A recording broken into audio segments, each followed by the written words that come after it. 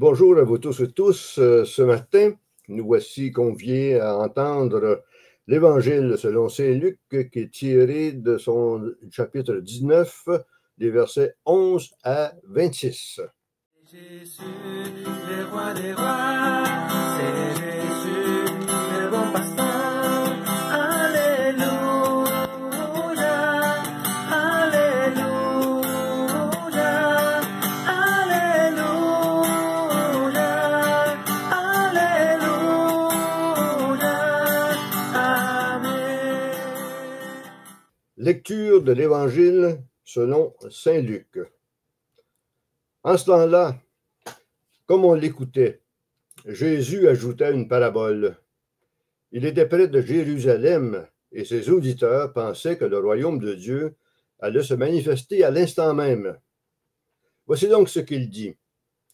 Un homme de la noblesse partit dans un pays lointain pour se faire donner la royauté et revenir ensuite. Il appela 10 de ses serviteurs. Il les remit à chacun une somme de la valeur d'une mine. Puis il leur dit, pendant mon voyage, faites de bonnes affaires. Mais ses concitoyens le détestaient, et ils envoyèrent derrière lui une délégation chargée de dire, nous ne voulons pas que cet homme règne sur nous. Quand il fut de retour, après avoir reçu la royauté, il fit convoquer ses serviteurs auxquels il avait remis l'argent, afin de savoir ce que leur affaire avait rapporté. Le premier se présenta et dit, Seigneur, la somme que tu m'avais remise a été multipliée par 10. Le roi lui déclara, très bien, bon serviteur, puisque tu as été fidèle en si peu de choses, reçois l'autorité sur 10 villes. Le second vint dire, la somme que tu m'avais remise, Seigneur, a été multipliée par 5. À celui-là encore, le roi dit, toi, de même, sois à la tête de 5 villes. Le dernier vint dire, Seigneur, voici la somme que tu m'avais remise. Je l'ai gardée, enveloppée dans un linge. En effet, j'avais peur de toi, car tu es un homme exigeant. Tu retires ce que tu n'as pas mis en dépôt. Tu moissonnes ce que tu n'as pas semé. Le roi lui déclara, je vais te juger sur tes paroles, serviteur mauvais. Tu savais que je suis un homme exigeant, que je retire ce que je n'ai pas mis en dépôt, que je moissonne ce que je n'ai pas semé. Alors pourquoi n'as-tu pas mis mon argent à la banque? À mon arrivée, je l'aurais repris avec les intérêts. Et le roi dit à ceux qui étaient là, retirez-lui cette somme et donne-la à celui qui a 10 fois plus. On lui dit, Seigneur, il a 10 fois plus. Je vous le déclare, on donnera à celui qui a, mais celui qui n'a rien se verra enlever même ce qu'il a. Quant à mes ennemis, ceux qui n'ont pas voulu que je règne sur eux, amenez-les-moi ici et égorgez-les devant moi. Après avoir ainsi parlé, Jésus partit en avant pour monter à Jérusalem. Acclamons la parole de Dieu.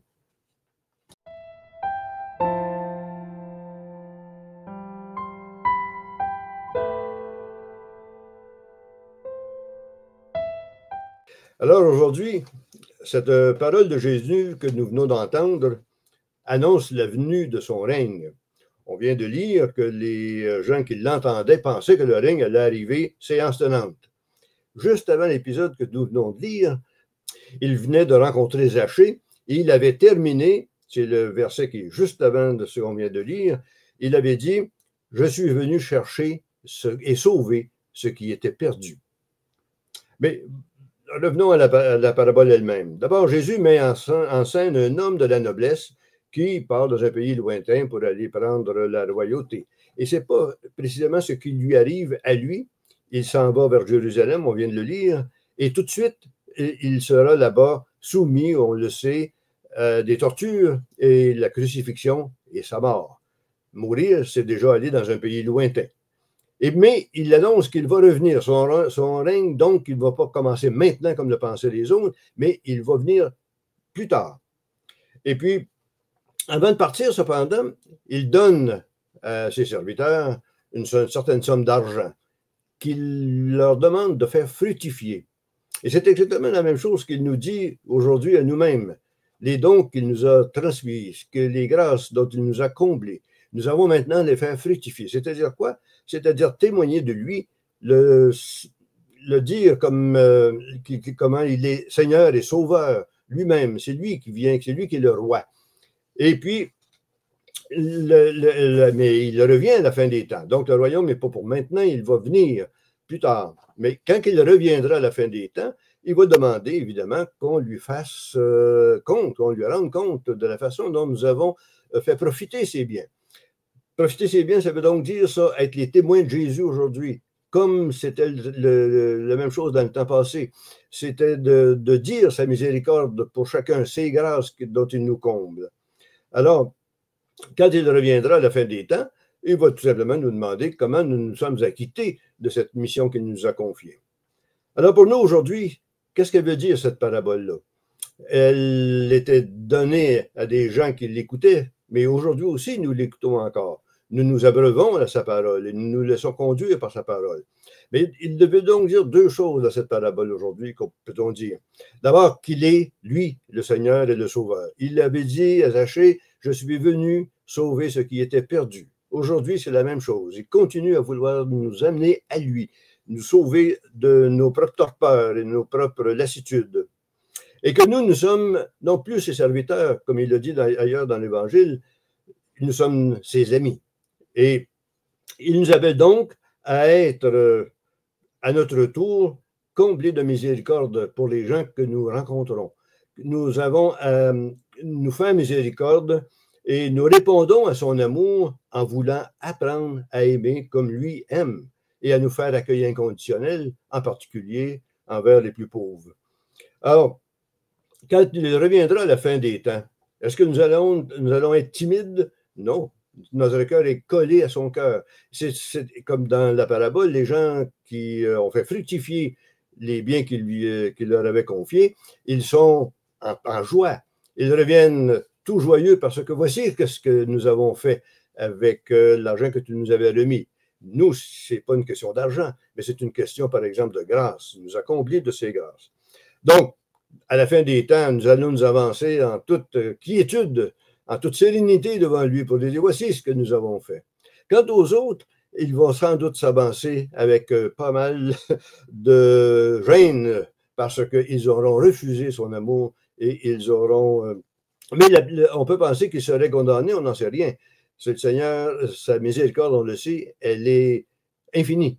Et donc, lui qui connaît le fond des cœurs, il sait très bien qu'est-ce qui a pu arriver dans la vie de quelqu'un.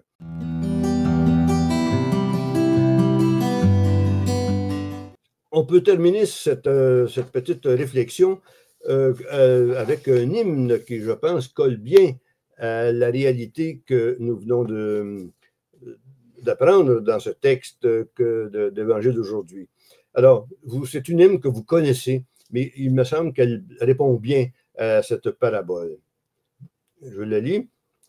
Ouvre mes yeux, Seigneur, aux merveilles de ton amour. Je suis l'aveugle sur le chemin. Guéris-moi, je veux te voir. Ouvre mes mains, Seigneur, qui se ferment pour tout garder. Le pauvre a faim devant ma maison. Apprends-moi à partager. Fais que je marche, Seigneur. Aussi dur que soit le chemin, je veux te suivre jusqu'à la croix. Viens me prendre par la main. Fais que j'entende, Seigneur, tous mes frères qui crient vers toi, à leur souffrance et à leur appel, que mon cœur ne soit pas sourd. Garde ma foi, Seigneur, tant de voix proclament ta mort, aujourd'hui encore. Quand vient le soir et le poids du jour, ô Seigneur, reste avec moi.